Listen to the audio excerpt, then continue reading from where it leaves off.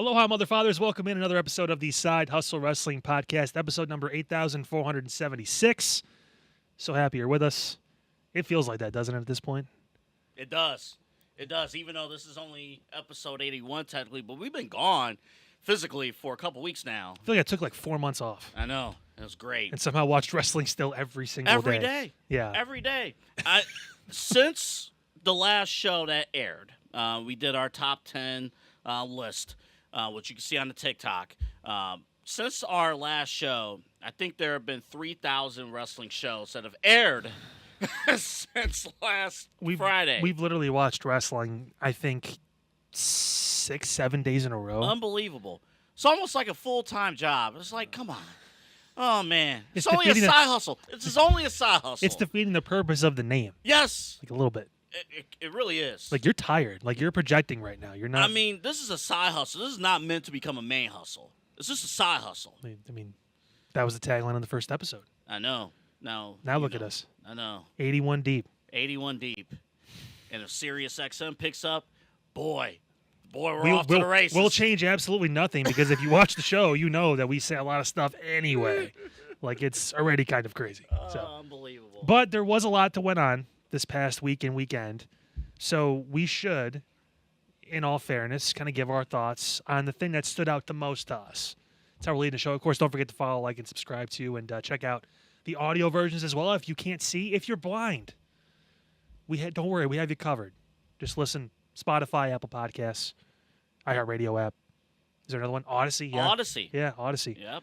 On there. People have the audacity to listen to us on Odyssey. Hey. That's my dad joke quota for the day. All right. So. And don't forget, use the promo code SHWP10. Head over to WGG.com. Use our promo code. Get 10% off. Double A just recently got his shipment in of DUBBY Energy. We're still waiting on the tub. That's coming in soon. So we can try that live for you guys here. And, yeah, I mean, reviews are amazing. I got the sample, sample pack. Yep. Really, really good stuff. And you can tell the difference between a great quality energy drink and the ones that are not good for your body. Like, you can tell the difference. And, like, this gets you going. This right here, and all the flavors I tried are, really, really good. The blue ras purple grape is my favorite. I'm telling you, man. Oh, my goodness. Really good stuff. If you're not too sure, get the starter pack because it kind of gets you that first initial step into the process. You get to try some things out, find your favorite flavor. But again, SHWP10, WGG. Make sure you guys go and click that link. Use the 10% off because we want to save you some money. Get you some really good products. So we love it. We hope you do too. And we loved wrestling over the past number of days. My God, there was so much. I'm going to go first because I don't have a backup and you do. So if I say the same thing you do, I don't feel as bad. My overall take, and probably the biggest thing I noticed from this past weekend, is that and I mentioned this actually, believe it or not, in the Reacts Wednesday evening for AEW, the discrepancy in the women's division between two companies, between AEW and WWE, is astounding. How much further along WWE is compared to AEW. Whoa, AEW only has 2 shows and WWE technically has 3. Okay.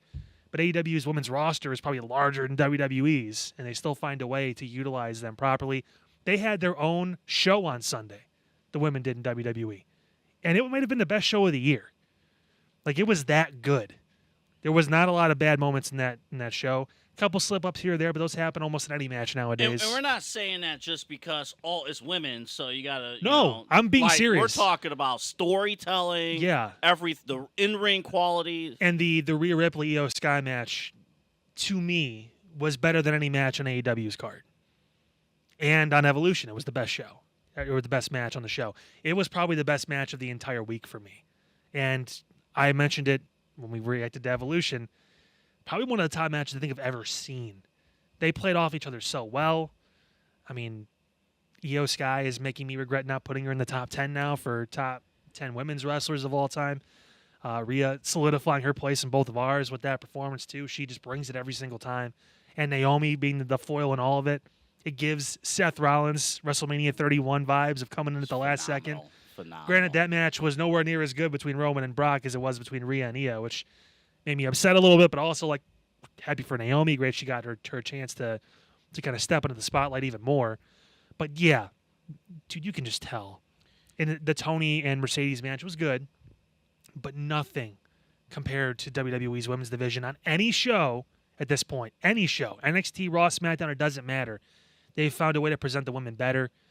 I mean, if they're really upset, there was reports they were upset about the booking and about their time. I mean, I don't see it. I mean, they just keep performing. The Evolution girls? I'm talking about in general. There was reports backstage that the women were upset with how they were being presented. Evolution kind of put a big check mark on it too, like, hey, 3 weeks to build to this. What the hell? But no, I'm thoroughly impressed with WWE and that side of things. We can get into a whole bunch of different avenues, like their upper card and their main event scene in the NXT title picture right now is terrible. Honestly, it's Obafemi and no one else. But the women's division, I can't think of a match I'm not excited to see unless it involves Kairi Sane. But that's beside the point. Like, they put her with Asuka, so now I'm curious about it. That they did that again. They found a way to make it work. So, well, the thing I like too. I didn't even realize this until like other people pointed it out, like after Raw. Like, other than the Gauntlet match, almost the entire show was women. And it made sense. I didn't even notice. Like, I didn't even notice. Like, oh, they have to do it this way. Like, every story made sense. I would actually put Bayley and Lyra like up there near the top. That's one of my match of the year candidates. Honestly, also very good. Like, really, really, really great stuff. And to your point, it all ties into storytelling. Up and down the WWE women's card. It's all storytelling. I was looking at the clock on Monday, and it was like 9:20. I'm like, there's been like a backstage segment with Dom, and other than that, it's been all women. And it's been a good show. Yep. Like, it goes to show you, like, you can find a way still. And I want to see the ratings. We haven't looked at them yet, but I mean, I'm sure Raw did pretty well on Netflix again, just because it was unbelievable. I mean, just the dynamic they had and the storytelling and the people and the women that are doing it. It's insane, man. My top takeaway is that AEW is in for a fight. The fact that AEW All In, for once, again, I had complaints about the Wednesday show. I just don't think Tony Khan can put a good television show together. I just don't think he can. But as far as concluding storylines, number one, as far as everything tying together, look, he made All In his WrestleMania and all the stories all tied in. And he looked at WWE and said, look, I'm going to purposely extend my show so my audience, the sickos and also the casuals who are watching AEW pay-per-view for the first time, you're not tuning over to Saturday night's main event for the first hour. You're going to watch my main event. And we're in for a fight. And we're not going to lay down. And I thought AEW this past weekend, especially with the death match, especially, and I do stand by what you said about the women, but I thought Mercedes and Tony was a pretty good match. But that death match, they really did a great job. People did not regret spending their money on the AEW pay-per-view. Yeah, I don't know. Because I was the one that bought it, and then you guys reimbursed me properly afterwards. It's just not my thing. Some people are into just like pulling a fork out 30 seconds into a match and stabbing some guy in the head. That's not my forte and what I think or consider pro wrestling to be. I don't think it's ever been that. I think this has been created by people on the indies and stuff like that, and that's not me saying independent wrestling is bad. If you watch the show, we love Exodus Pro, AIW, stuff here locally. The people that do it right and do wrestling the right way. I mean, there's a place for it, obviously, but that's where they're going to stay. And I know they're in for a fight, but the fight's a losing battle because they're not going to get more people with stuff like that. Well, they're going to cater to their fans they have. They're not going to lose much more, but there's really not much more to lose. I understand what you're saying, too. I thought this past weekend, going to a fork spot, 30 seconds into a match. They rang the bell and he pulled it out of his boot. Yeah, rang the bell like, all right, here's a fork. Here you go.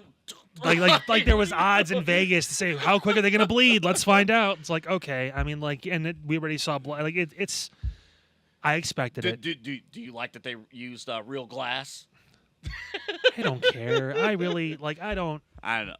I just like the fact that I thought overall the Death Rider story was poorly explained, but in terms of tying everything together, as far as the things fans wanted to see. Yes. As far as, you know what? That championship was gone for all that time, and we saw the championship belt. 9 months. And it still had the Bryan Danielson side plates on it. That's how I long. like the little I like that detail. Almost like Tony just forgot to change them. You know, it's crazy, right? Yeah. I kind of like that detail. No, honestly, it's the last 10 minutes of that match, even maybe 15 minutes of that match were great. Mm-hmm. It was the getting through the first crap and the barbed wire stuff and all that, which, again, I understand. It's their audience. It's their fan base.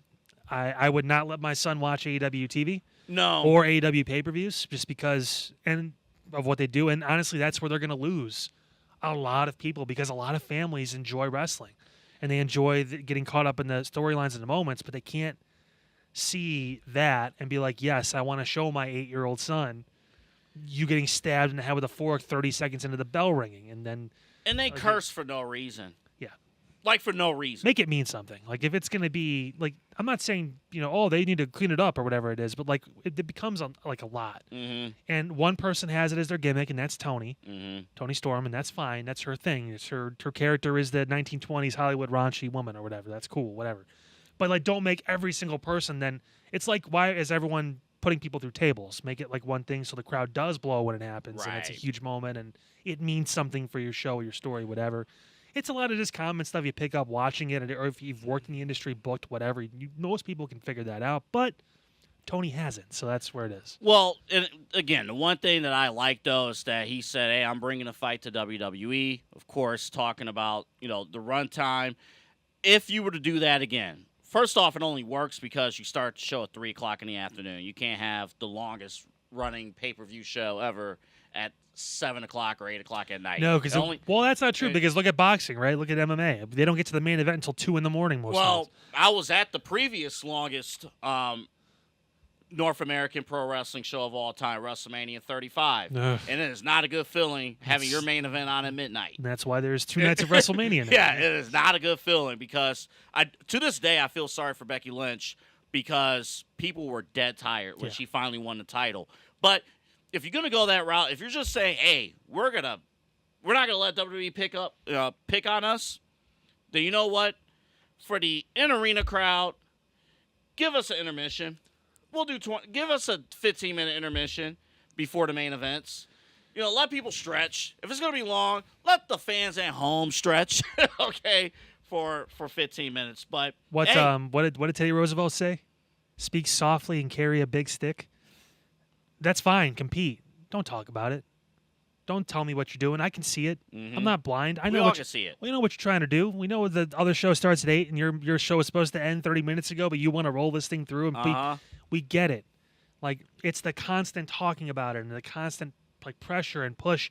It's the tribalism they accuse other people of having that they incite by bringing up the other company. Yes. Will Ospreay for 15 straight interviews talking about we're better than WWE. No, you're not. There is literally no metric, monetarily, ratings, social media, anything that says you are in fact better than the other company. You cannot say that. You can have an opinion. That's great, but you can't factually say that your company is superior to the other ones. Oh, we have better wrestlers. Do you? What's the proof? By the way, what is it? Speaking of Will Ospreay, it's in a key storyline. Take a time off just cause for the next month. Well, that's the blow off, right? He's out now because he pulled the Seth Rollins. He sacrificed everything for the greater good. Well, so did Hangman Page and John Moxley. They had a death match and they competed on Wednesday. Darby Allin worked with Sting so long he's become him. So how about that? He's just hanging out in the rafters. He's going to stay up there for 2 years now. Yeah. He likes heights, in case you forgot. All right. That's our top story. All right, let's get to my favorite promo of the week now. As we do often on this show, we're going to break fourth wall because we want to make sure that everyone is addressed and taken care of. So, thankfully, the fine folks over at Spectrum, they're doing a feature on us. And I mention that because we're going to do the promo of the week. Of course, Taylor Brook from Spectrum News won. Sierra's here taping some stuff right now. I'm going to mention this because we're going to play a promo. Our promo of the week brought to you by Mike Fabert from State Farm. I don't know if this promo has cursing in it. It does at the very end. So And she put the camera down. All right. that's why, again, thank you. See, we break the fourth wall on this show sometimes. Just wanted to point out in advance. I don't want anybody else to get in trouble. Before we start, anyone else kind of sad that Hangman didn't do this one in Spanish too? Or is that just me? Quiero, like, he just do it. It was. There were some reports at work that at the day job, it's like, hey, do this report in Spanish. No. Let me say it for you in Spanish. No. Absolutely not. I can't. Yeah. My high school Spanish education would not be able to correlate into a proper report. Man, listen. Or promo in this situation. Man, either. listen. I did well in Spanish 1 in Maple. That's because we watched movies on Fridays. It was great. I took Spanish 1 twice. I should have took so much I went back for a second time. I should have took Spanish 1 twice. Yeah. All I learned was FA. I took 3 years of Spanish technically, and all I can tell you is I can only ask you if I can sharpen my pencil and where's the bathroom. Why those two stick in my head? I don't know. We couldn't even insane. do that. We just walked out of the classroom. All That's right. wild. That's Let's play the promo of the week. This is courtesy of AEW, All Elite Wrestling. for the first time. For the first time, The so promo. we may or may not get kicked off the air after we air this. This is the AEW World Champion. That's the you'll see it around his race. It's what we call a World Heavyweight Yeah. Championship title. If you forgot what it looked like, because nobody buys them on the website or it wasn't around for 9 months, it looks like that. It's huge. So, again, courtesy of AEW, here is Hangman Adam Page live from Playhouse Square in Chicago with this promo. We're here tonight.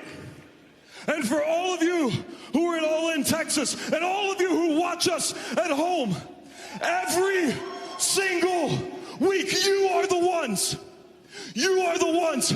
who needed and demanded a better wrestling, a fully realized professional wrestling. Gracias. That's why we failed. You are the ones who supported a grassroots, do-it-yourself Can you pause it for a second? approach Grassroots. Like you weren't funded for a billionaire. Okay, continue. to pro wrestling.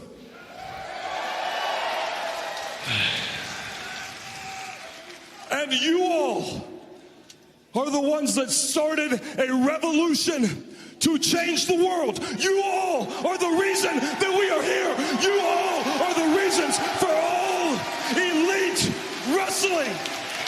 All 800 of you are the reason why. By the way, yeah, grassroots made of gold. What a joke. That line was funny. It's like, okay, sure. And like it wasn't like, guys that have been in the business for over like 2 decades each didn't say, hey, let's start this with the billionaire's money, right? Totally grassroots. That looks like an Exodus Pro crowd. It does. No, EXO actually draws better It kind of does. on average. Well, I think Exodus Pro could sell more tickets. Yeah, that's crazy. They just don't have the space. I mean, their room is small. For what it is. They've went to smaller venues now. AEW. They're actually coming to Cleveland in the first week of August, and they're playing the Wolstein Center. And I guarantee you, over half of it will be blacked out because they won't be able to sell tickets for it. But I mean, it's Well, I'd rather it be there or at a smaller arena than man. they should do Playhouse Square if they could. They could find a way. But they can't. Nah, I'm good. I've seen some shows at Playhouse Square. It's actually pretty good. You don't want to ruin the memories. Yeah. Had some good dates there. It's actually pretty good. Oh. Anywho, Dinner and a show. No. dinner and a show. There's some good comedians. We actually saw Taylor Tomlinson at Playhouse Square. There you go. She actually did pretty well. I saw Eliza Schlesinger there. Oh, nice. Yeah, she was great.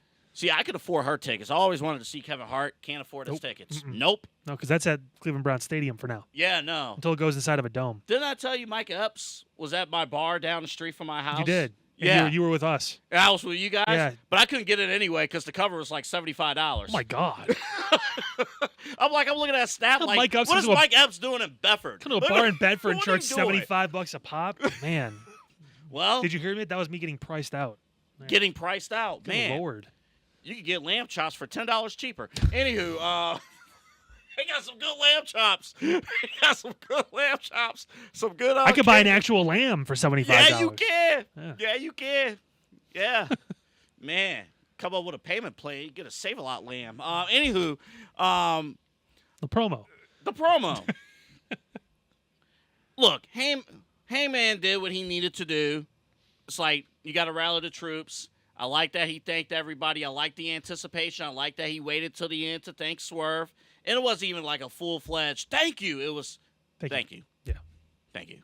Very businesslike. There's still something there. And then obviously they're building towards Swerve and Okada. Mm-hmm.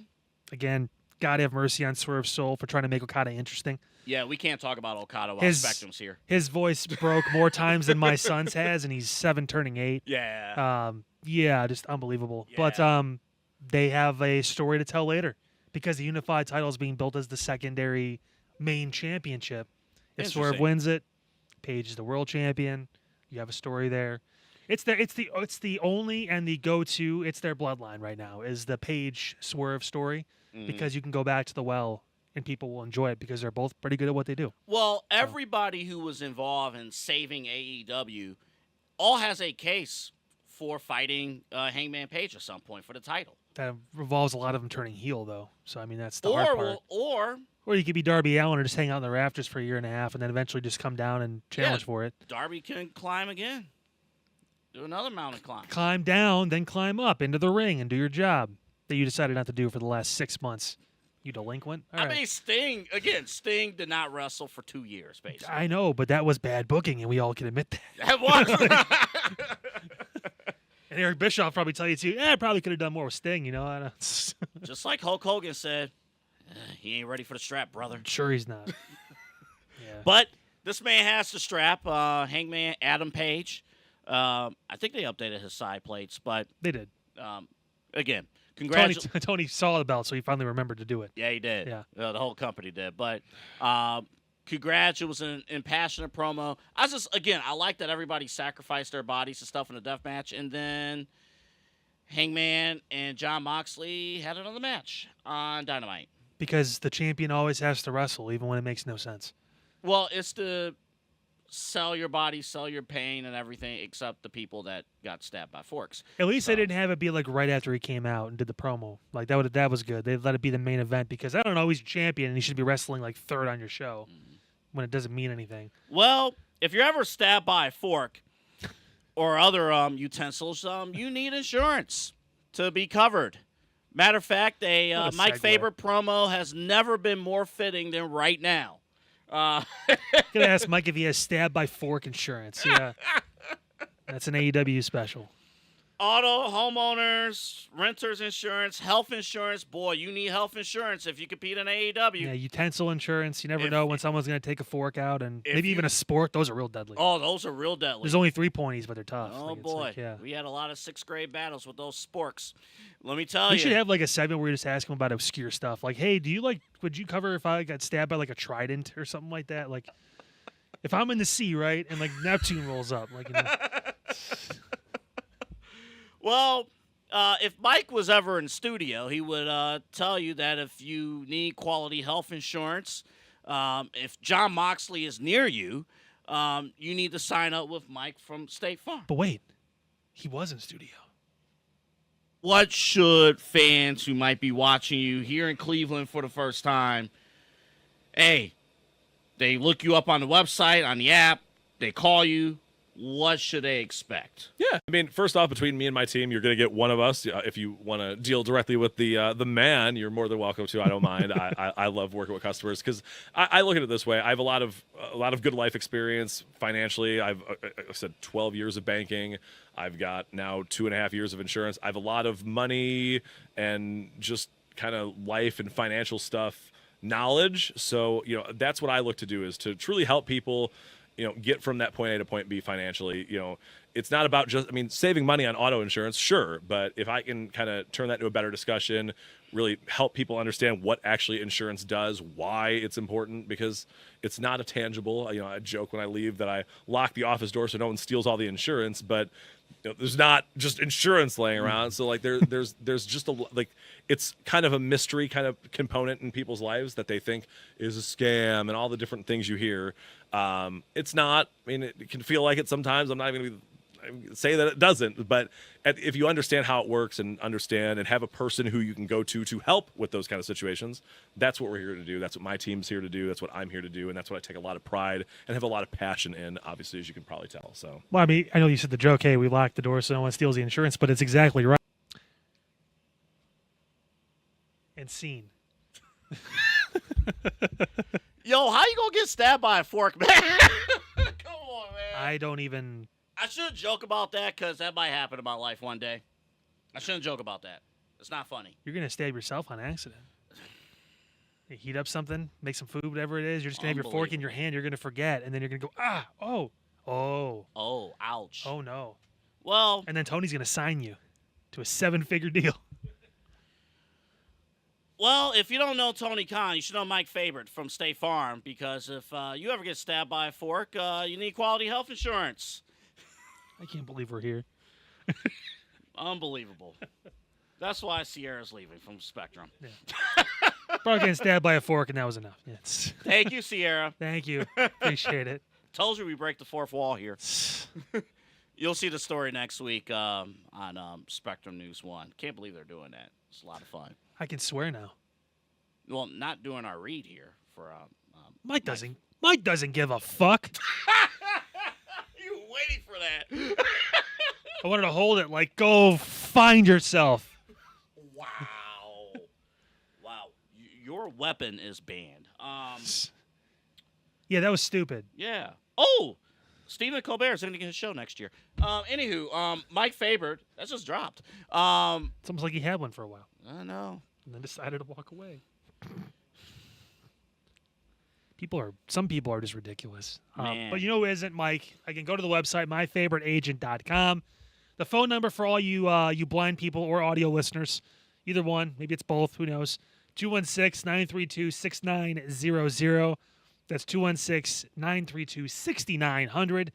Get your mind out of the gutter. Get it over to Mike's website or use that phone number to get your quote. You can do it right on the website, too. It's kind of nice. If you're maybe a little skittish, you're one of those people that can't call the pizza place. You have to order online because you can't talk to somebody. Don't worry. Mike's got you covered. You can do it online. Customized to how you need and what you need. And again, if you do want to have that conversation, he's great to talk to, by the way. All kidding aside, really great to talk to. Because... Oh, they don't do No, that they don't do that anymore. Yeah. They're supposed to thank God for the new all right, but no, Mike is also a professional wrestler. So I was going to say his office on the corner of Lee and Mayfield. It's true. In Cleveland Heights. and There he has a is. ring inside of it. So if you want to check out a wrestling ring inside of his office. Yeah. Incredible. The claims adjuster, Mike from State Farm.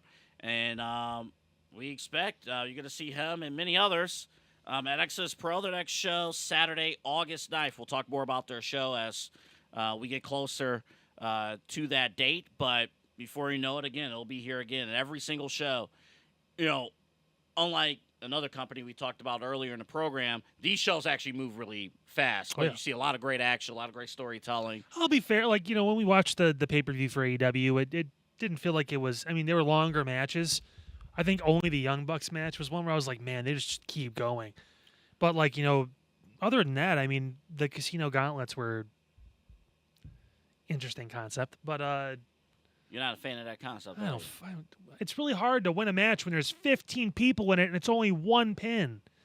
Yeah, supposedly the concept is if you're the top two, and You can get win- the you can win. pinfall, you can win right then and Yeah, there. but you only get a minute 30 to beat somebody, and it's AEW. Every match is at least 30 minutes. So there's no way you're beating someone in a minute and a half.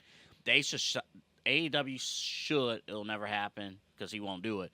Sign Brock Lesnar, put him in a Casino Gauntlet match. He'll win it in 30 seconds. You start him against Orange Cassidy. Yeah, put him in there against Mark Briscoe. He might kill a man. Yeah, put him in there. I'm actually warming up to Mark Briscoe. I was not feeling him at first. Yeah. I know the backstory and everything like that, but Well, he was always a tag team guy. So this is Yeah. really his first foray exclusively in the singles, unfortunately, by no choice of his own. mhm. So Jay was always the one that was the singles guy. He was going to be the big star. And I will admit, an AEW feud to keep an eye on that I'm looking forward to is Mark Briscoe and MJF. I actually can't wait for that. MJF and Hangman's going to be good because the people are going to be invested. Mm-hmm. They're invested a little bit in Briscoe, but they know the big prize is around Hangman's waist now because they can see it. But, I mean, it's, yeah. So we're not the only ones who have a side hustle. Seth Rollins has a side hustle. He's hosting. He is a sports talk host. Yeah. They talked about this, I think, last year because he asked them, maybe he wasn't around WrestleMania, too, like, hey, I got some vacation time, Rich did, coming up in, like, midsummer. Mm-hmm. Rich Eisen, yeah. Yeah, and he's like, Seth, we think you can handle it. I mean, if you'd like to come in, he's like, yo, let's do it, brother. Like, it sounds great. And then lo and behold, he's using the platform to talk about his injury that he still has no fucking idea what's going on with. I can say fucking. Sorry. Let's take a look. I'm sitting down. I look great. I can see myself on the monitor right here. I look great. I'm not going to lie. But underneath this monitor, I do have a leg brace on. Over in the corner are my crutches. This past Saturday, I was in a match on Saturday Night's Main Event, which a special on NBC on Peacock. I was in a match with LA Knight, and I hurt my knee. I was doing a move that I do all the time. It's a moonsault, a backflip. In this particular instance, I was landing not on my belly, but I was landing on my feet. When I landed, I felt my knee kind of pop and buckle. We got out of the match and we moved forward. Monday, I was in Birmingham, Alabama, where our specialists are at. We tried to take a look at the knee through some imaging. It was a little too swollen, so we're going to take another look, hopefully in a week or two here in LA, to try to get some sort of firm diagnosis, and then we can go from there. I am not a doctor. I only know my body and what I feel, and what I feel is that this is going to be me out for an extended period of time. We were talking off air earlier, and it is a bummer, but look, it is what it is. Our business moves on. This isn't the first time that I've been injured. It won't be the last time. No. And I've always just got WrestleMania in the back of my mind. I'm like, can I make it back for WrestleMania, WrestleMania season, for the whole thing? So that's my brain always goes there. And I feel good about that. But beyond like a firm timeline, I just won't know until we get a better answer on the MRI. So that's where it's at. If you guys have any questions or you want to get anything out of the way, that's where I'm at with it. I'm open to whatever you guys want. These guys ask him a bunch of questions. They have their own show for that. This is ours. But I'm glad he was able to at least give us more perspective. I would like to share with you what I've seen. Real quick, courtesy of the Rich Eisen show. Go ahead. Correct. So there is a theory, an Austin theory, who, by the way, on like TikTok, Instagram, inspirational messages, this dude's got like a bunch of them. He's actually like a really good follow. Like, go follow Austin Theory. Told you once they put him on television as a baby face, he finally turns on Grayson Waller. Yeah, he's going to be a top. And I give you credit because you spotted this a year ago. He's going to be a top-notch baby face. He can be. So there is an Austin Theory circling around the wrestling circles that circle sometimes, like shapes. That Seth is hurt, but it's not as serious as everyone thinks. It's a minor knee injury. It's a tweak, and they're using this to tell a story so he can shock the world and come back early from his injury and cash in his Money in the Bank briefcase. That's the theory that's been floated around by Dave, and then a few other people actually outside of the Wrestling Observer have also reported that this is a possibility because there was talk of the injury on Thursday and Friday leading up to Saturday night's main event.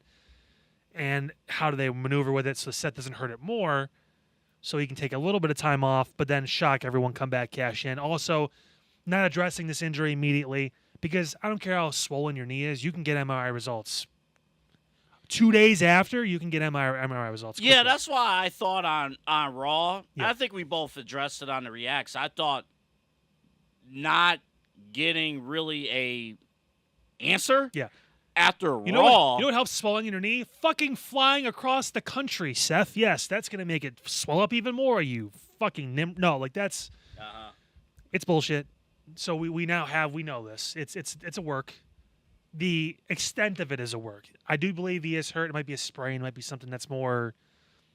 I can severely sprain my knee and miss a month of action because I need to play it safe. So the report from the Observer was because it was I guess a current injury, so the injury spot, the springboard, And then was actually not. That was the injury spot, but Yes. he wasn't injured from he was injured from that. spot. He was already hurt, banged up going into the show a little bit. hmm This is an opportunity for Seth to take some time off. You can almost forget about him a little bit. I imagine SummerSlam, because Punk has a world championship match, I could see them running back the story of when Punk won, or when Drew won at WrestleMania 2 years ago now. And Punk cost him. He loses the title. Seth can do the same thing to Punk. Punk can win the championship from Gunther, possibly. that quickly. Yes. So you run this angle now. Of course, because everything's sped And up in then- WWE because they have shows every 2 weeks. I understand that. So they don't have a but choice. That is quick. You don't want Seth out longer than he needs to be. And if this is true, and it's not a serious knee injury, and he can play Swerve, he can play Serve. Whose house? Swerve's house. Seth's house, apparently. I know it's Seth's house, but Yeah. somebody broke into it. Yeah, I don't. Just don't burn the house down. It's- Wait a minute, it's- isn't that it's- his tagline? It's literally one of two things. Either he's 100% telling the truth and he's going to be out past WrestleMania, or it is like I have a notion that they would have addressed the Money in the Bank briefcase better, because if Seth came back in June Mm. or May of next year, even if it was late April, I mean, that's still only a month to cash in. Well- He's very much up against it at that point. There's no shock value in it. They would have moved it on to somebody else. I don't buy that this is a serious injury. I do buy that Seth will take some time. It may not be SummerSlam. It could be maybe the Perth show in October. Yeah, It I could be personally sooner. think if your theory is correct, I think SummerSlam is too quick of a turnaround. But it time. is a 2-night show. This is the initial shock. We're going into Friday, have not released an update. It's been almost a week. Your swelling is down, you lying sack of shit. I've had knee injuries before. I know what it looks like. And trust me, you're fine. Like you would know what's going on with your body. And WWE has a lot more money than I do. TKO can get that shit. They could have got those results Sunday morning if they wanted them. So that's why I don't. They're playing this like it's a story, and it's a work, and it's a storyline that will manifest in something else. I trust that this is a real story. I trust that this is a real injury to a point. Thankfully, I haven't suffered a knee injury, so I don't know how that feels. I think he's hurt. I don't think he's injured. Well, let's play the game for a second. If this is a real injury, Oh, he's fucked then. if this is a real injury, I mean, from now. This is what 9 months. This is July. It will be July 18th when this is out. It's 9 months. Is 9 months away. He'd be returning most likely. Now this is the thing now too, because he's had procedures done in that knee already. That was the one he had reconstructed in 2015. Yeah. So that could add some time if he had to get that reconstructed again, because he's already done it once. I think the story of basically, as Heyman laid out, can he make it back? Well, I mean, for Seth personally, can he make it back to WrestleMania? Of No. course. Like, that's his goal. Well, that's But- great, but But can he make it back by June? I will say, because the Money in the Bank briefcase and contract has been around for 20 years, it would be a new Money in the Bank storyline. Somebody who's injured, suffered a critical injury, all of a sudden your year that you have to cash in becomes 3 weeks that's the thing. to cash in. So It's you have to it's a be- new story. But you have to forget then, because I wouldn't even want them bringing it up. I want it to be like he returns and cashes in like May, and we're like, I forgot he had that, because the last time we saw him was on the Rich Eisen show in July. Like, they can't have Paul Heyman parading around with it, reminding everybody, Oh, I think they're going to. that's the problem. then. I think they're going to. Because then you're setting yourself up to it's being predictable. If they announce torn ACL, MCL, whatever, I'm sorry, that's a longer than 9 month injury. He's missing WrestleMania. So now it's okay. We know Seth isn't going to be back until May at the earliest. Mm-hmm. He's only going to have a month. But isn't Seth Rollins? Let me ask you this, because we're going to talk OTC in like 2 seconds. Isn't the presence of Seth Rollins on Monday nights at least? Is it enough to where everything operates even when Seth Rollins is not there physically, is still within the confines of? Does Seth Rollins have that much drawing power The within the framework of WWE? Yeah, I think so. I think he's put in enough work with that audience to be able to be the guy if given the opportunity, which obviously he's getting that. Like, can you be the guy without being there? Yeah. If you present the Money in the Bank briefcase, I understand this, and I'll give you quick perspective. I'll go back to Cope, Edge. When he was the first one to win Money in the Bank, I believe he was the first one, or second, whatever. I think he was first. He was the first. First to win Money in the Bank. He held that briefcase forever. It's like, dude, when you go cash in. And I was, me personally, going back 20 years, I was annoyed that he never cashed in until we finally got the payoff. Yeah. I think you get a similar situation, except Seth Rollins is physically not there, but his group that doesn't have a name yet, and will probably never get a name, it's there. Ron Breaker's there. Paul Heyman's there. Bronson Reed is there. Yeah. I think you make good points.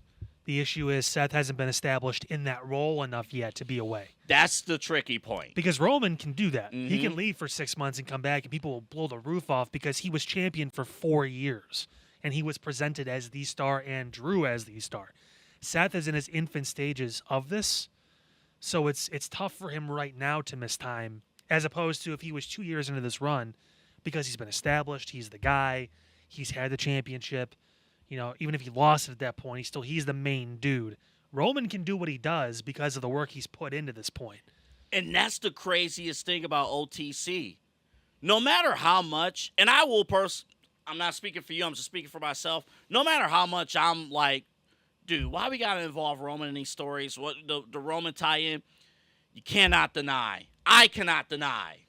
Boy, when he came out on Monday, not just the fan reaction in the arena, but the social media reaction from people who's like, OTC's back. Yep. OTC 1 is back. The captain is back. No disrespect, Cody. The tribal chief is back. The tribal chief. Cody's the quarterback. He's not the captain. He's the quarterback.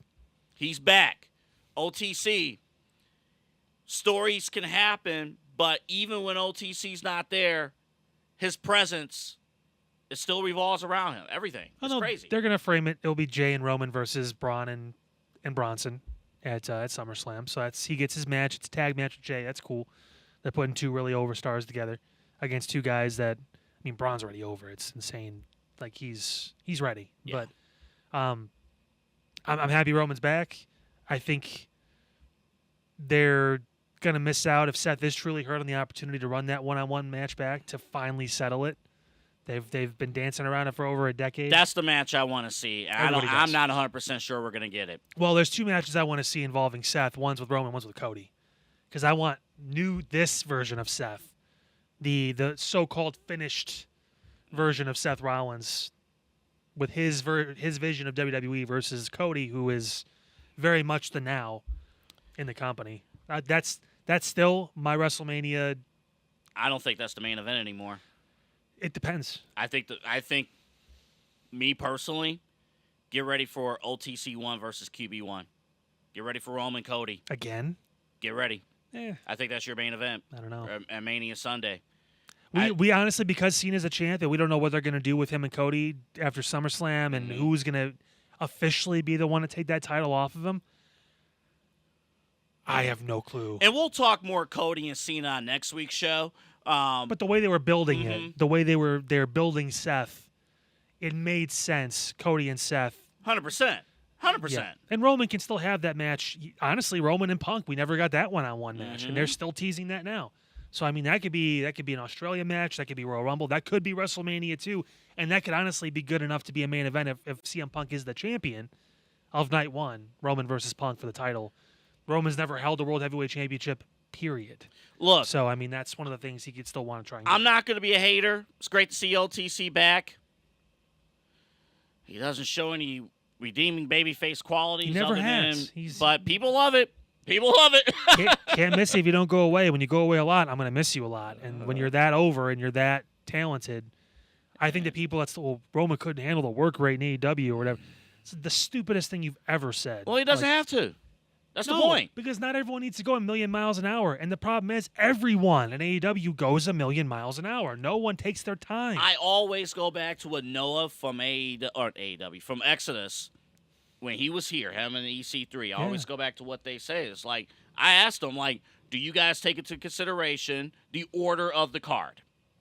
And you remember what he said? It was, yes, because we want certain styles to flow within the show. And EC3 said, like, look, there might be a show where a certain talent, you're going to be on the card, but it's not your place to shine. Yeah. This is how it goes. It's how it goes. It's within the framework of the show. You want to lead with your best story, and if you don't have any other attractions or any other like real big things of note, you want to lead and close with it. And then if you have an attraction, what you kind of want to do is you want to lead with your best story. You want the top of your second hour, the 9 o'clock hour, if it's Netflix or whatever, or now SmackDown. Thank God, 2-hour show. Praise Jesus. You have no idea. I can't wait to watch Resident Evil. I'm kidding. I'm sorry. Dude, Resident Alien, yeah, right. Yeah, Resident Alien. An hour earlier this week. Can't wait to watch a video game. Hey, No, you're listen. an AEW fan if you do that. I live in my mom's basement, and I love AEW television because it speaks to me. And I love it when they hit women, and I love when they bleed, and they stick each other with forks because I have a fork, and I use a fork, so that means I like it. Mom, where's my meatloaf? You just convinced me that Adam Sandler's the biggest AEW fan of all time. It's a bit of boo. Happy Gilmore coming out like next week. I'm excited. It's gonna be great. Happy Gilmore 2. Dose. Mama, I gotta watch my wrestling. That was actually Waterboy. Captain I know that was Insano. Waterboy, and that was what I was referencing. But you're right about Happy Gilmore. Kick the sales out. Put a can of whoop ass on you.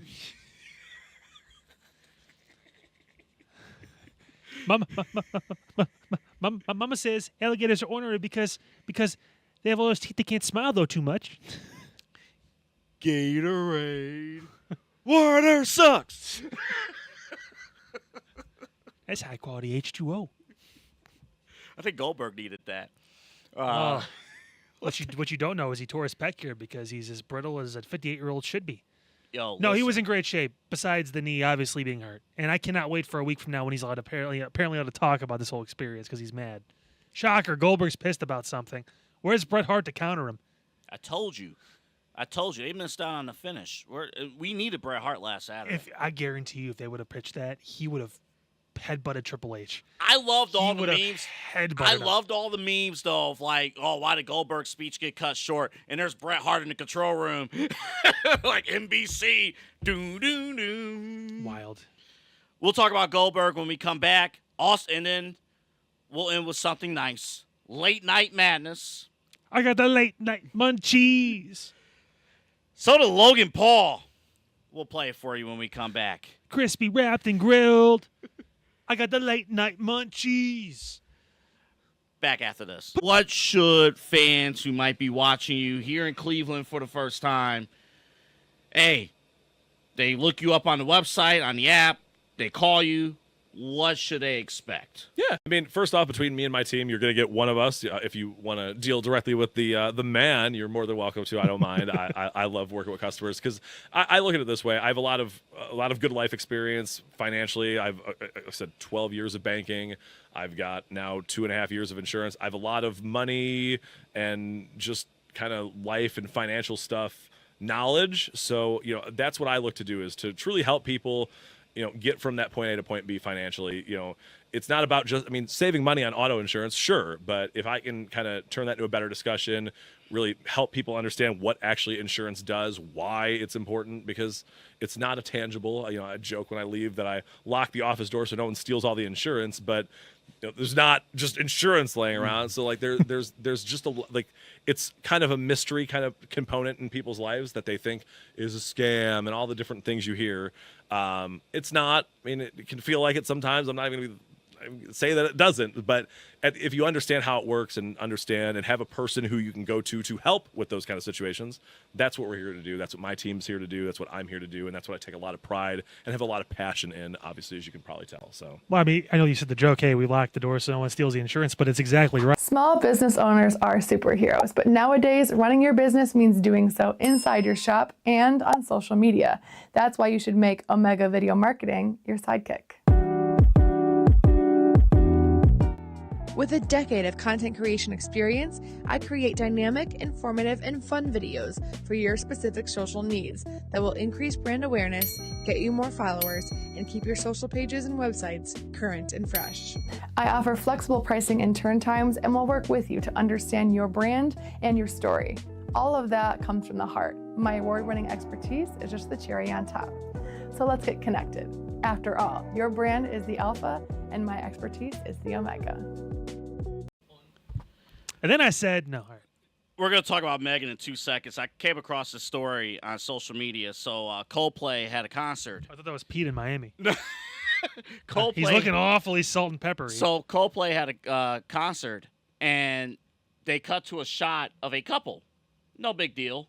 Apparently, both the guy and girl are married, cuddling with each other, but they're not married to each other. CEO and HR head from Astronomer caught having an affair on the Jumbotron at Coldplay's Boston concert. Whoopsie doopsie, didn't Kyle. do the camera on me. Kyle and Pete, here's the kicker.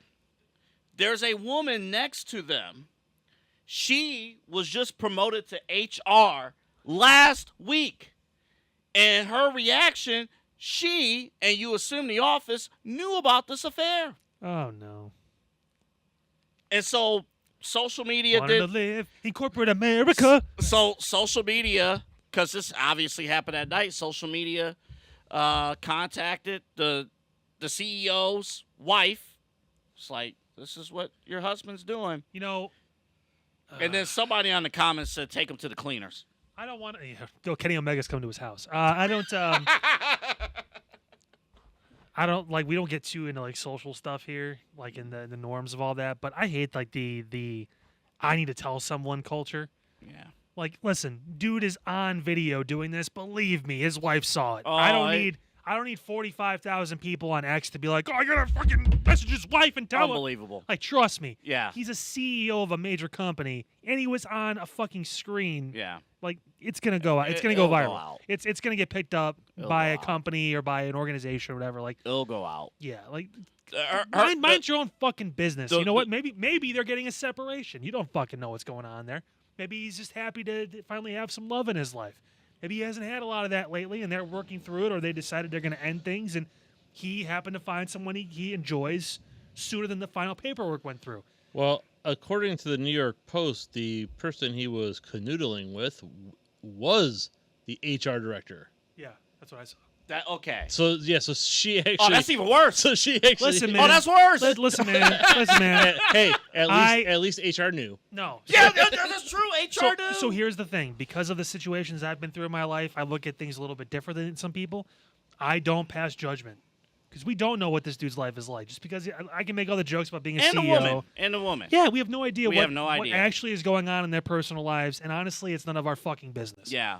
So I just like how you're right though. It's like everyone like we got our own problems. I got to pay rent every month. Me commenting and trying to message some guy's wife about him having an affair doesn't change the fact that my life still has other shit going on that's more important than someone else's shit they have going on. I'm not his best friend. I'm not his family member. I'm not, his wife's friend or, whatever, or she's not my sister. Uh-huh. Why should I give a fuck about what this dude is doing or not doing with who he's doing it or what he's doing with?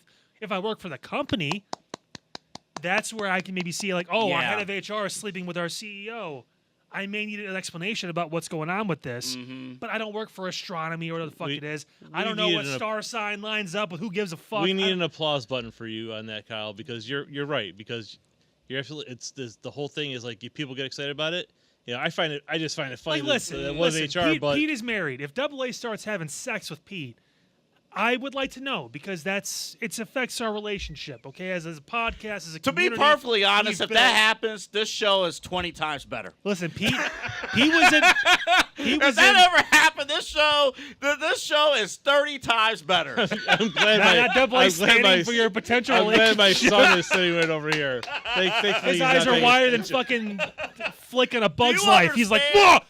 Thank God for AirPods right Yeah. now. Do you understand? The words that are coming out of my mouth. The hell with the wrestling storylines. My storylines. I mean, What Lil Wayne say? Suck a dick for an iPhone. boy, Blow my home Terry for a BlackBerry. we will will not be sending this segment to Spectrum. I think we should. This would be the only thing we send. Oh, my goodness. Nevertheless, that would be a situation where it'd be nice to know just because it's going to affect our work dynamic and, that kind of stuff. Man. I want to know who's on top, who's bottom, that kind of stuff. I'm telling you the story. Because I'm curious. It's storytelling, Kyle. Yeah, what a book we've opened here. Let's talk about Omega Video Marketing. The Book of Gay. We played our commercial 5 minutes The ago. Lost Scripture. The Book of Gay. Omega Video Marketing, if you're a digital content creator, if you're a small business owner. Genesis 69. Megan And then he Gallagher spit on has that you thing. covered. Go back to last week's episode. Put the one shot on me, please. We're going to finish this the right way. Go back to our episode from last week. Megan was in studio. Tua, spit on that thing. No, don't do that. She was in studio last week. Pete and you. A lot of event-based coverage. Again, Omega Video Marketing. MeganRG440 at gmail.com. That's MeganRG440 at gmail.com. Can I can I apologize to Megan for? We're just going to the next slide. Go ahead. I feel bad for torpedoing her segment. There, You know what? It's You my brought it fault. up. You brought it I up. will admit, it's my fault. It is your fault. Because I saw that story doing our commercial, and I'm like, whoa. and then you said it'd be more interesting if you had an affair with Pete for our show. Am I wrong? No. Book of Gay. Third week in a row. Shout out to Charles Robinson. He actually has a cracked rib because of Bill Goldberg. Does he really? Yeah, he does. Is that legit? Yeah. Wow. But he'll be on SmackDown tonight. My question: which referee goes into the WWE Hall of Fame first, Charles Robinson or Earl Hebner? Go. It probably should be Charles. Dude's been taking some bumps lately. Goodness. He got absolutely just mollywopped by Cena. He gets speared by Goldberg. I God. mean, this alone, man. Next, they're gonna have Ryback come back and put him through a fucking table. It's gonna be I crazy. actually want him to live, so let's move on. Do you know what you're doing? Or are you fucking stupid? I'm fucking stupid. So Goldberg was on a podcast. Was it Ariel? Yeah, it was. Yeah, Yeah, Hawaii. it was. Check it out, by the way. Ariel's great. Phenomenal stuff. And he did a great job on the Netflix boxing. Him and Chris Van Vliet are kind of pushing each other for best interviews. So this scene looks like the end of a Saturday Night Live episode. Where's Morgan Wallen walking off without shaking anyone's hand? I or think hugging Goldberg. Well, no, Goldberg should have did that. I gotta go to God's country. Goldberg should have did that. Goldberg should. He had some help. Couldn't make that mess all by himself. He did have some help. Yeah. Well, Goldberg on his podcast, on Ariel's podcast, basically said he would have liked to have more time. He laid out the story for 6, 7, 8, 9 months, and they only gave him 3 weeks. I'm like, look, I understand Goldberg being frustrated by this, but number one, it's network television. When NBC goes off the air at 10 o'clock, they're off the effing air. They went to break at I think it was after they did the entrances. Goldberg did his entrance, and they went to break again. Mm-hmm. I was like, wow, really? Not even starting the match? You're going to break immediately? They did not. Yeah, I don't. And they started early. Remember? They gave Goldberg a longer match. 15-minute match. They could have had Gunther squash him. They could have. And I would have came on the air and I would have said, do you blame WWE? He's the world champion. He'd put down Goldberg. But they gave him a competitive match. I mean, apparently Gunther is set up to have a hell of a year. Because it was Goldberg, apparently. Well, he's getting punked now at SummerSlam. Then he's supposed to, there's rumors he's going to get Cena in December to retire him. That's good. That's compared to last year where he was facing mid-carders. I mean, talk about a flip of the script. It's full-on 180. Remember when you weren't facing anyone important? Yeah, we're going to have the 3 biggest stars ever in wrestling, and you're going to beat all 3 of them in the same year. Good, and he looks legitimate facing A-level talent. But again, Goldberg, listen. I'm looking forward to when he decides to spill all this shit about the entire process. No, it's fine. It's just dude, they gave you a retirement match. They didn't have to. Your full-time wrestling career ended in 2001. In 2003, he was there for the full year. He was there for okay. I'll give you that. Yeah. His full-time wrestling career ended at WrestleMania 20. Did. Ironically enough, so did Brock's kind of. Yeah. He had some good But at least Brock had, like, headline matches for, like, 10 years plus afterwards. Yeah, he had some when run. he came back. But you know who's not getting a retirement match? Probably Brock. Probably Brock. So, I mean, he just gets mentioned, but he doesn't get actually... Like, I don't know anybody else in pro wrestling who believes they're in a bigger place in the history of pro wrestling than Goldberg, and he doesn't belong. Like, he's not in anybody's top 10 list. If we did a top 20 list, he wouldn't be there. And he would barely scratch the surface if we did a top 50 list. I'm like... Bill Goldberg, Yeah. I love him. He's one of my favorite wrestlers back in the day, but stop it. I think if we were having this conversation in the late 90s, early 2000s, it'd be a lot different because of the star he was and the draw he was and the story. I mean, if you're going to have someone run the table, this is the guy to do it. Like, I give him a lot of credit for still looking as good as he does. You know, he puts in work. He cares. A lot of people said, oh, he just has a couple-minute matches or, 30 seconds. He doesn't give a shit. All of his work is done before the bell rings. Oh, yeah. All of his work is done before. The bell rings and it's nothing. This is it. But, like, his work, he puts into looking the way he does to having the ability that he's a freak. I give him a lot of credit for that. But he did exactly what I thought a 58-year-old was going to do. He was going to hang out for a minute, and then he was going to get his ass kicked, and he did. I mean, that's just what it was. I don't have much more for him. He can bitch and moan all he wants about the process, but, again, be happy you got it. Mm-hmm. Like, a lot of these guys, Bret Hart deserved a retirement match. He got it with Vince. Like, that was his send-off, essentially. Brock does deserve a retirement match. He gave the company a lot. Mm-hmm. He gave Roman Reigns his career, essentially, his status as the guy. Like, and Seth. He put Seth on that pedal. He put a lot of guys up. His match with Cody at the SummerSlam main event a few years back. He put Cody over twice.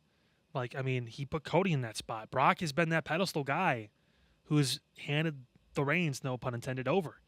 Like, he deserves to have that moment. Unfortunately, the stuff he is into privately has caused some issues with that.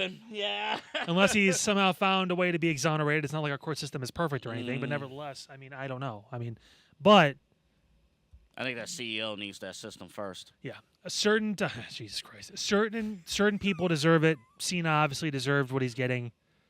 Goldberg, I think he deserved a match. He got it. If he's pissed about the process, I'll be right behind Bret Hart saying, dude, shut the fuck up.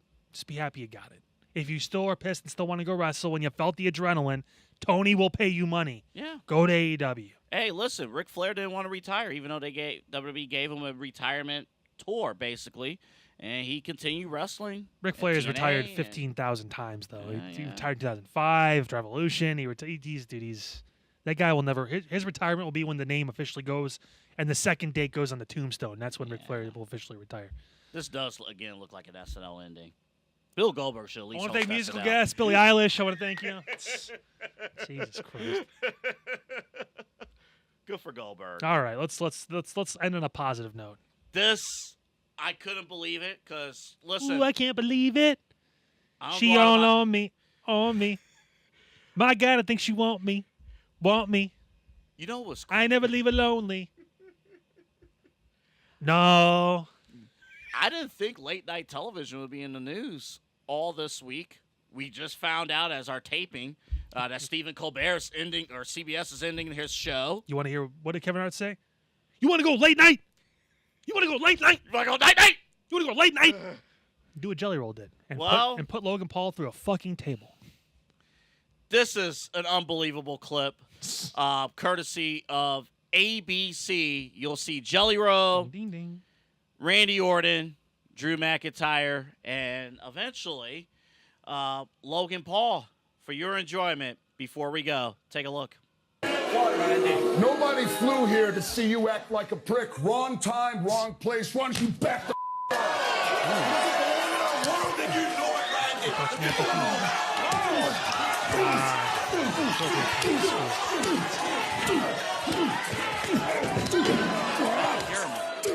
He's gone. Yeah. Jelly's like, what? I don't know what what to do. I just lost. I guess we're gonna go to commercial break. Commercial break it is. Oh, actually, no, I don't think we're gonna go to commercial break. It's the best heel of pro wrestling, Logan Paul. Logan Paul doesn't want to be. Here's my tag talk. The people are so stupid. Someone has to stop him. What are you, dummy? You a late night talk show host? You a wrestler? You a country star? I told you this, Mr. Dummy Roll. Stay in your lane, stupid. Because I'll tell you what you are. You, my friend, are a greasy, redneck prison rat. Who the Shut the hell up, Jelly Roll. There's your receipt, stupid. Hey, congrats. Here's your Logan Paul receipt, show stupid. now. A real superstar. So, ladies and gentlemen, you want to see a real star? I'm here. Why don't you leave, huh? Like a cane choke. Oh, feet over his head.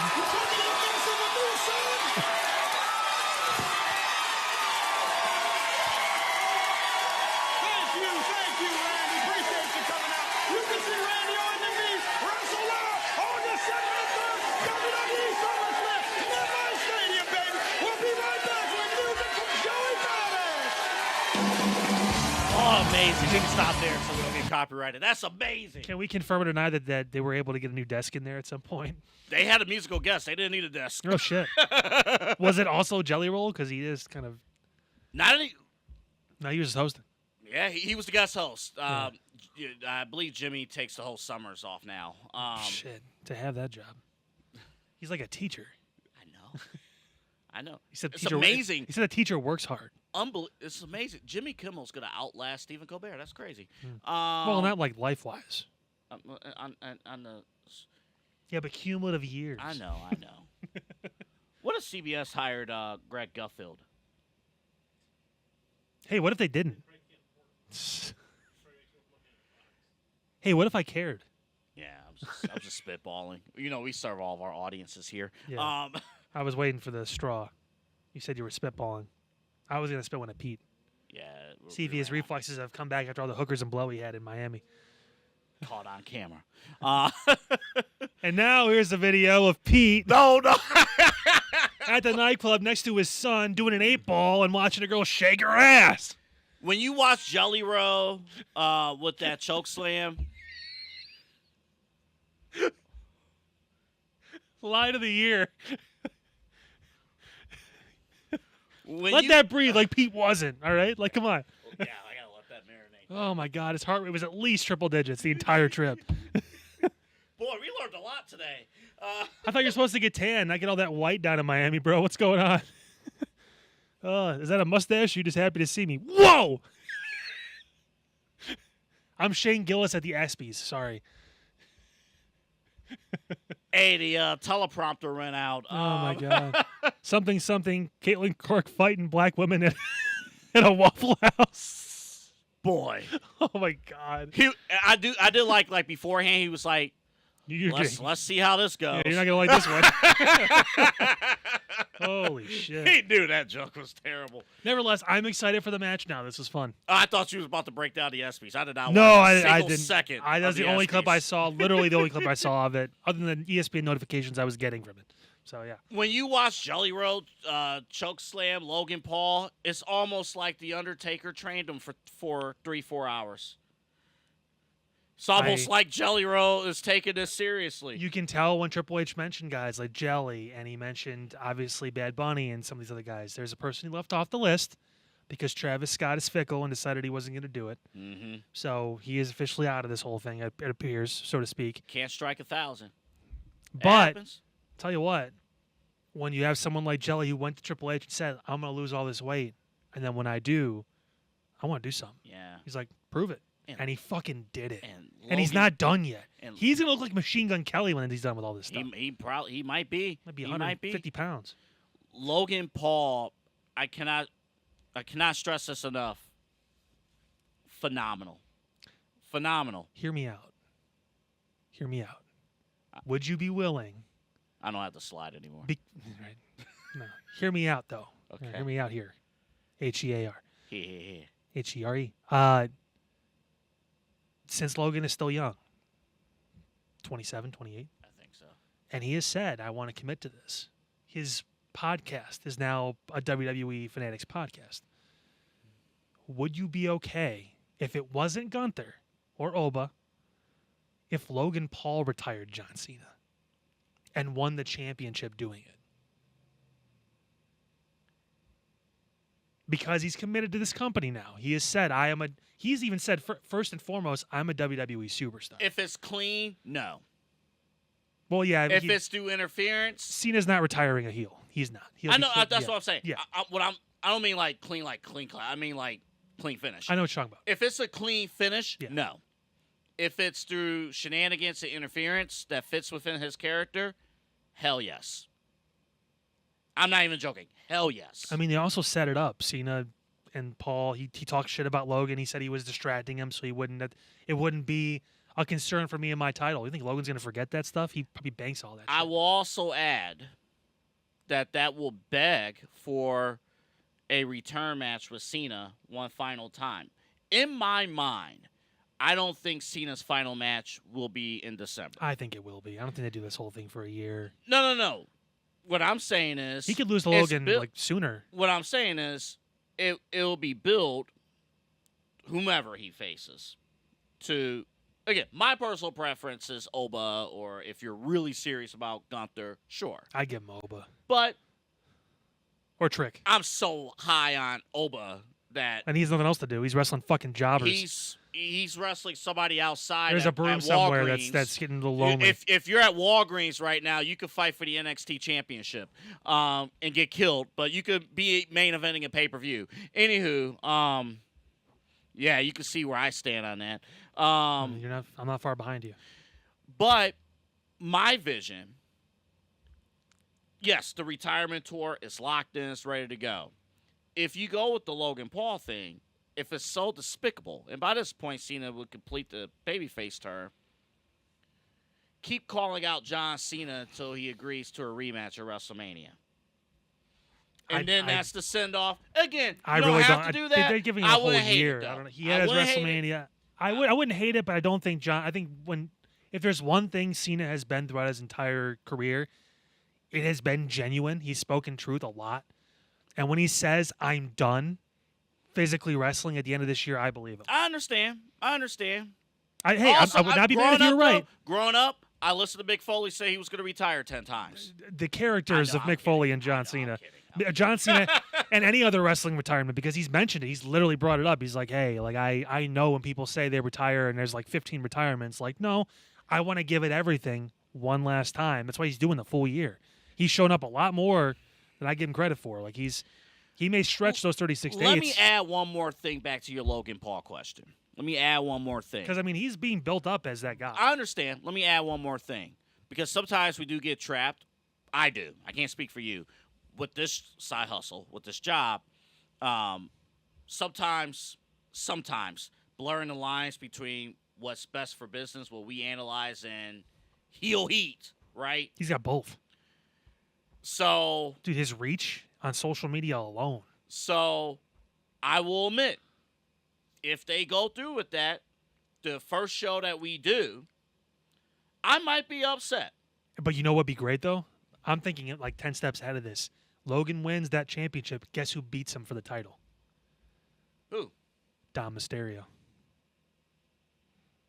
Long-term booking. I understand. Down the road. I'm make another star who's only going to be probably 30 at that time. He could be your one of your faces for the next 10, 15 years. I'm doing a Gen Z stare right now, processing all my thoughts. Dude, it books itself. No, I'm not. Build up Dom just a little bit more. Oh yeah, of course. This would not happen overnight. This would be a process. Build him up a little bit more. I think you'd be on the money. Now, the only thing though, can you justify the WWE Championship, which has been held by Tribal Chief Roman Reigns, QB1 Cody Rhodes, and John Cena? Yeah. And those are three all-timers. Yeah. All-timers. Well, Cody will be probably when it's all said and done. Those are three faces of the company. Yeah. Can you go to Logan Paul? Absolutely. And then can you go to Dom Mysterio? Absolutely. Dom is an actual lifer of WWE and pro wrestling in general. He was around this when he was a little baby. And Logan is a big enough star and has already had championship matches. And every time we talked about it, Logan can't have a bad match. Like even against Ricochet, his match, it wasn't talked about as much, but it was still pretty good. Like, and in your scenario, Dom Mysterio's a babyface? Yes. Logan Paul can never be a face. No, I understand. That's why I asked. That's why I wanted to make sure. We got a glimpse of what a babyface Dom could possibly look like and his reaction he can get when he won the IC title. Oh. Imagine if he leaned into it. Judgment Day, when they were facing New Day, they were faces. Fully embraced as baby faces. Finn Balor, amazing. It's almost to the point now where I'm concerned about Liv when she comes back. She may get booed. I don't think so because they're gonna. She won't get booed when she comes back first, but when they're together, I don't think so because I think Roxanne Perez is gonna do a good job getting those boos. Fingers crossed. You can a couple. I'll take you back to Triple H and Stephanie on television. Just because you have an on-screen couple, let's just say Dom and Roxanne Perez is a couple. Dom could be cheered and Perez could be booed. Yeah. You don't both have to be booed. Well, look at Rhea and Dom. Rhea was cheered and Dom was booed out of the building. So, I mean, but that's the biggest heels can always be turned most times to be the biggest faces, and that's where you can. Last thought before we wrap up about this feud with Randy Orton, Jelly Roll, Drew McIntyre, and Logan Paul. It's a nice distraction. A+ feud, A+ effort by all four of these guys from the start. You always get worried when, like, insert celebrity here is going to be involved in storylines. Because in your mind, you truly believe it doesn't work at first. Right. It won't work. But when the key to all this is Logan Paul. He's the key to all this. And, of course, Randy Orton. But all four parts, when Logan Paul embraces that line, it's like he comes out, it's like, you don't belong in this ring. You belong on the stage. This ring is for guys who have sacrificed their blood and sweat and tears like me. He plays it so well. It's, man. But the one of my favorite promos of the year. Logan Paul's been doing this now for, 4 or 5 years? Like, he's been in the business now for a little bit. So, and he's trained a lot, and he's had great matches, and he's done some pretty good things. He's been a U.S. champ. So he's won a championship already. I mean, I don't know, man. Jake may be handling the box and stuff, and he may be handling the pro wrestling thing. They could both have a championship one day. You never know. This is good stuff, and a great way to end our first show back after our little vacation. Follow us on social media, all platforms, Side Hustle Wrestling Podcast with AA and Kyle on Facebook, Side Hustle Podcast 216 on YouTube, TikTok, and Instagram. LPV Productions on YouTube. And those are all of our shows.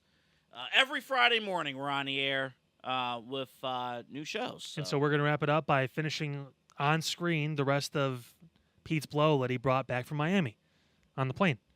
All right, Pete, pull it out of your ass. Come on. Come on. That was the sound it made when it came out. See you next week, everybody. One of those pop socket things. Popped it when you were a kid and popped in the air. You ever put baking soda? Baking soda. I got baking soda. I got baking soda, man.